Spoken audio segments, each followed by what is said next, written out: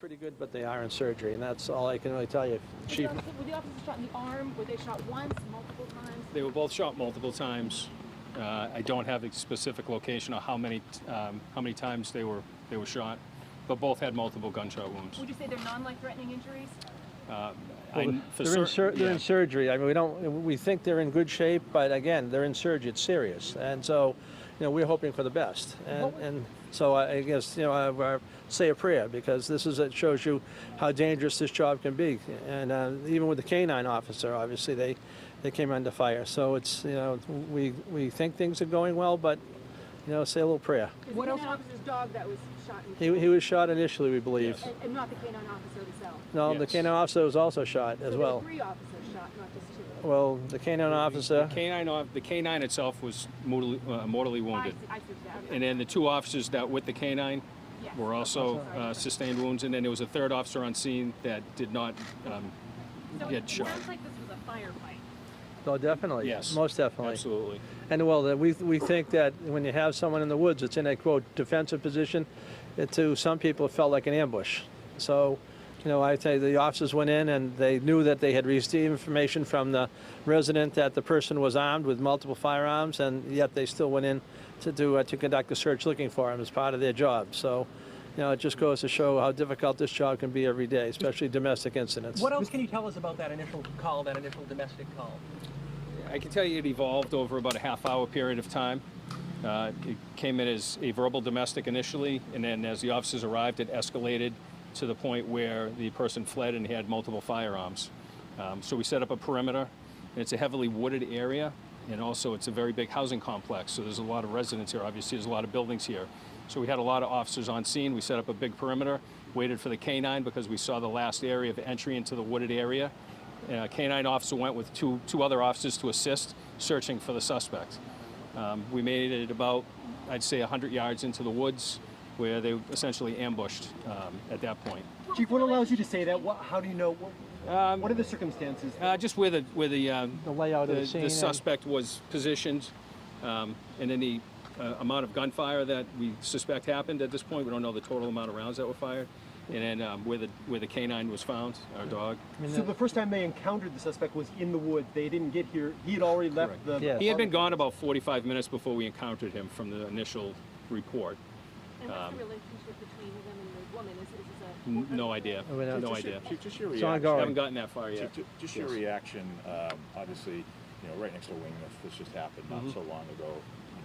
Emotions are raw. For you as the chief, having officers and a canine being shot at in the middle of the day, what's your reaction? I mean, it's tragic for us for our canine. That dog is incredible. Been very successful. 12-year veteran of the police department, partnered with the same officer for that entire time. It's heartbreaking. It also shows you that in the middle of the afternoon how dangerous this job is, and the courage that the officers have walking through a wooded area like this. Well, in knowing that gunfire. the guy they went in, knowing that the person was armed with 2 firearms. I mean, I can't think of probably a more difficult or dangerous situation. They took a lot of care and caution. The dog has a ton of experience with its handler, and we would tell you that they're an awesome pair, and that it's one of those things that someone was going to have to get in and do the work. And domestics are always a very volatile, difficult situation when people devolve. Do you have any estimate of the number of shots that were fired? No. The Crime Scene Services is processing the scene right now. They're laying it all out. They're taking a look at the shells and the casings, and they're trying to put it together. It's a complicated scene because it's in the woods and it's about to storm here. Correct. It's not only is it in the woods, it's heavily wooded, and it's not too far from the commuter rail track as well. So that could have presented additional hazards as well. So it was something that they had to go in and resolve the matter as well. You're saying the suspect had 2 guns? That he had 2 guns? Yes. Yes, we knew that when we were searching for him, or at least that was the report that we had, was that he had multiple firearms on him. Handguns? Yes, 2 handguns. Was there concern for the residents who live in these houses that go right up to Wolver's Lawn? Well, obviously yes, in the sense of we thought he went into the woods, so we set up a perimeter. So that's part of the reason for the response in the canine search is, one, the suspect and how the information we had, and also the location. It's heavily populated over there, so that's a big concern for us. It's one of the more dense housing developments they have in the town, and as well as I said, it's up against the commuter rail track as well. So this is one of the more dense sections of the town of Braintree, and they take this obviously very serious. And you have an armed intruder. That raised a lot of. Chief, were the Yes. East Middle School and the Ross School, were they put into Yes, lockdown? we did a shelter in place initially, and then once we had a perimeter set up and we knew, actually after the incident happened, we released the shelter in place. Once we had we knew the suspect was where the suspect was, so that was in place for probably about half hour. Half hour, 45 minutes. So the middle school here is a very short distance from Inadequate Village, and so out of an abundance of caution, a lot of families did receive a warning from the town. The mayor and the members of the school committee administration made sure that people were well informed early on, thanks to their cooperation with the police department. So I have some employees of mine who are residents of town, and they actually got the notice, very early on, so that there was some issues in the area. So in an abundance of caution, my hat's off to the work that they did to warn people, to keep people safe. Mr. Morrissey, based on what you know so far, do you believe this shooting was justified on the part of the officers? I'm not going to make any decision as to justification or not justification. That's why we have investigations. At the end of the day, it's the job of the district attorney under law to make those determinations. But I look at those instances that I have faced over the last 11 or 12 years when people are shooting at police officers as obviously the worst part of the job, and obviously leads to tragic circumstances. So, we'll put all the pieces together, and I will issue a report as I've done in the past, and I'll put it up online so people can see. But I have a lot of confidence and faith of the work that was done by the police officers that went into those woods to act in an appropriate manner. How long have they been on the force? Are you identifying them at all? No, not at this time. We just want to make sure that the families are fully aware, and some of their relatives all live in town. I've known one of them for many, many years, and the other one, maybe half a dozen or so more. But the other one, Very experienced officers. One is about 6 years on, the other one's well over 10. Chief, can you talk about the importance of a bulletproof vest? I understand it might have saved a life today. Yeah, they're critical, obviously. They're standard issue. Everybody wears them, and this hopefully did save. It was very useful, and you can't overstate how important they are to be worn all the time. Officers, everybody wears them. The Tell me officers were what you're not going to able be to. telling your officers this weekend. I mean, obviously it's a traumatic day. Well, we have peer support. We have a tremendous amount of help from surrounding communities, Boston, Quincy, Weymouth. So we're engaging in that process now. There's a lot of debriefing that goes on in peer support. There's a lot of officers were involved in this from start to finish. And, when one of our own gets injured like this, it's very personal, obviously. So we take it very seriously, and we're there for them. So it's going to be a process. It's not going to happen over the weekend, I can tell you that. It's a long, drawn-out process for us to give them the support they need. Chief, can you tell us how the wounded officers were brought out of the woods? We understand fellow officers carried them out. How were they? Yes, they did. I really don't want to get into that, though, to be honest But with you. they had to arrive on scene after the fact. We were all on scene. Myself, the two deputy chiefs were here when this took place, actively searching for the suspect.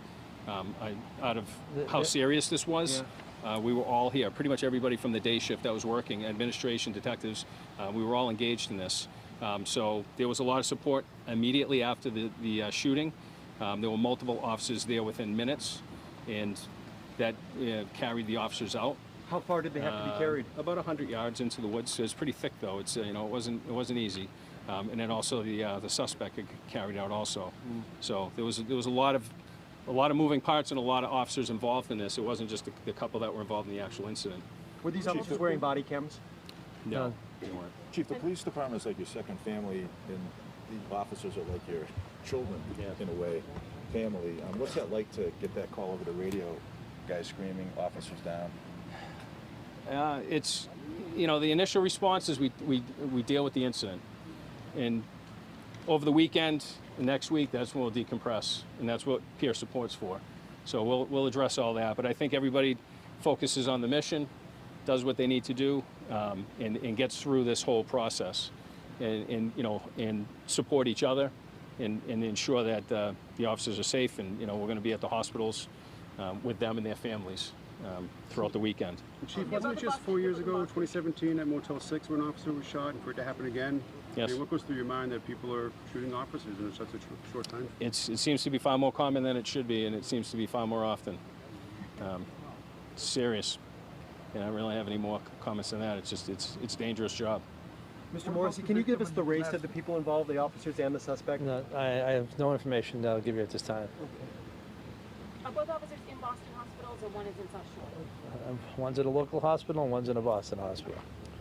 But they're expected to survive. Well, they're in surgery. We have every expectation that they are going to do well, but you know it's serious. They're being operated on now. So, and when we have more, then they will put something out. The chief or I will put something out. We don't have the extent of their injuries at this point. So, thank you all very much. What about the victim in the domestic? Was she injured at all, or? No, no, that's a follow-up investigation that we're dealing with also. Chief, was one of the officers shot today at the hotel 4 years ago? We have no comment on that time, but I'll just say that the Braintree police are a pretty hardy, well-experienced group of people, and a lot of the members of the department that were involved in that incident were actually here today, performing the jobs they do every day in this town. But you can't say if one of the officers was shot. It's not at this time.